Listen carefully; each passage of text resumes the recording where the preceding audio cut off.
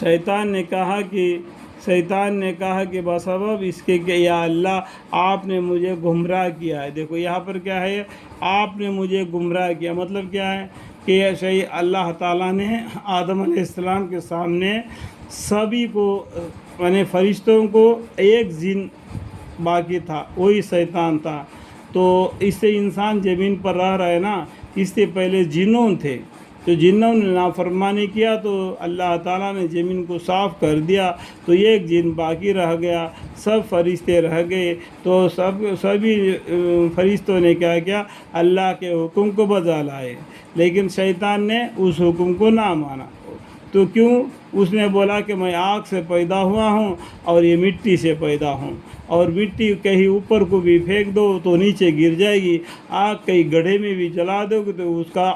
شعلہ اور اس کا گرمی اوپر کو اٹھ جاتا ہے، تو میں اٹھنے والا، یہ گرنے والا۔ اس طریقے سے اس کا دل میں کیا گیا، گھمنڈ آ گیا، تو کیا کیا، اس نے سجدہ نہیں کیا۔ اس کے وجہ سے اللہ کا حکم نہ ماننے کی وجہ سے وہ گمراہ ہو کیا گیا۔ تو اس نے کیا کیا، میں قسم کھاتا ہوں کہ میں ان آدمیوں کے لیے آپ کے سیدھی راہ پر جا کر بیٹھوں گا، اور پھر چاروں طرف سے ان پر حملہ کروں گا، آگے سے بھی، پیچھے سے بھی،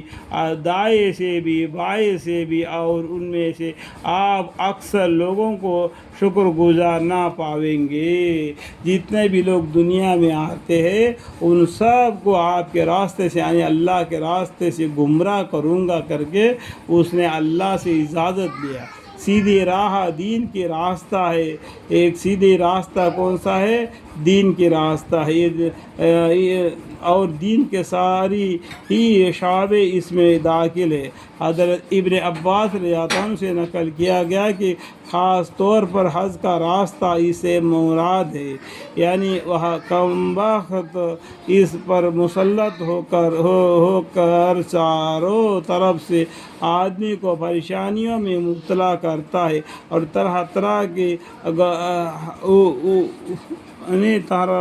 کی آزار سامنے لا کر حد سے روکتا ہے، یعنی میرے کو فلانا خرچہ ہے، یہ خرچہ ہے، وہ خرچہ ہے کر کے نیک کام کرنے سے شیطان منع فرماتا ہے۔ اور ظاہری بات ہے کہ جب حد سے اس کی ساری محنت بیکار ہو جاتی ہے، عرفات کا رونا عمر بھر کے گناہوں کو دھو دیتا ہے، تو جتنا بھی اس سفر کے خلاف خواہی کرین قیاس ہے، اس لیے منع کو شیطانی اثر سمجھ کر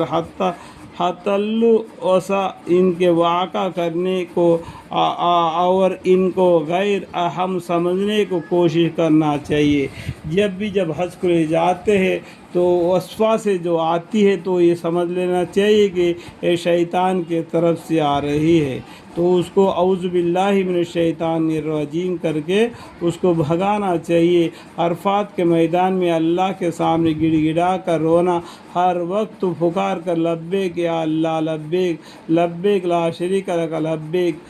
کے آواز سے پکارتے رہنا، دل دماغ میں شیطان کو گھسنے نہ دینا۔ اللہ ہم سب کو ان شیطان سے بچ کر دین اسلام کے ارکانوں کو ادا کرنے کی توفیق عطا فرمائے، آمین۔